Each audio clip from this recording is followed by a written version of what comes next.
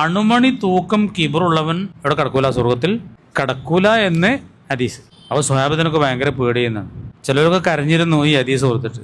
അണുവിൻ തൂക്കം കിബറുണ്ടെങ്കിലേ. അപ്പോഴാണ് ഒരു സ്വഹാബി റസൂലുള്ളാഹിനോട് ചോദിച്ചത്, ഞങ്ങളിങ്ങനെ നല്ല ഡ്രസ്സ് നല്ല ചെരുപ്പൊക്കെ ഇഷ്ടപ്പെടുന്നവരാണ്, അത് നമുക്കൊക്കെ ഉള്ള ഡൗട്ട് തന്നെയാണല്ലേ, നല്ല ഡ്രസ്സ് ആളുകളുടെയൊക്കെ പോകുമ്പോൾ നല്ലേ. അപ്പോൾ തങ്ങൾ പറഞ്ഞെന്താണെന്നറിയോ, ഇന്നല്ലാഹ ജമീലു യുഹിബ്ബുൽ ജമാല, അള്ളാഹ് ഭംഗിയുള്ളവനും ഭംഗിനെ ഇഷ്ടപ്പെടുന്നവനുമാണ്. അതുകൊണ്ട് നല്ല ചെരുപ്പ്, നല്ല ഡ്രസ്സ്.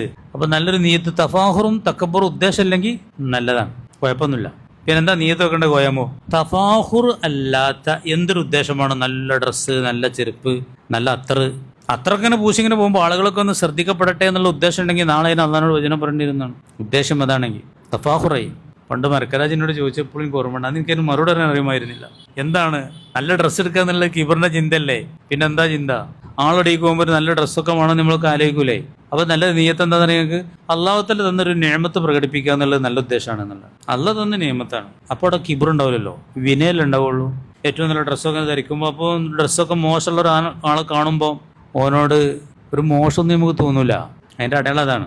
ഒരു മോശപ്പെട്ടവനെ കാണുമ്പം ഓൻ അള്ളാഹുത്തല അത്രേ കൊടുത്തിട്ടുള്ളൂ, എനിക്കാണ് അള്ളാഹുത്തല തോനെ തന്നത്, അതുകൊണ്ട് ഞാനാണ് അള്ളാഹിനോട് ഒന്നുകൂടിയും ശുക്ർ ചെയ്യേണ്ടത്, ഓനെക്കാട്ടിലും ഞാനാണ് ഭാഗ്യമുള്ളതെന്നല്ലാത്തതെന്നാ പറയാ. രണ്ടും അങ്ങനെയാണ് ആ ചിന്ത. വളരെ വിനയത്തിലേക്കാണ് അത് നയിക്കുക. അല്ലേ അങ്ങനെയല്ലേ സുബി? അതാണ് നല്ല ചിന്ത.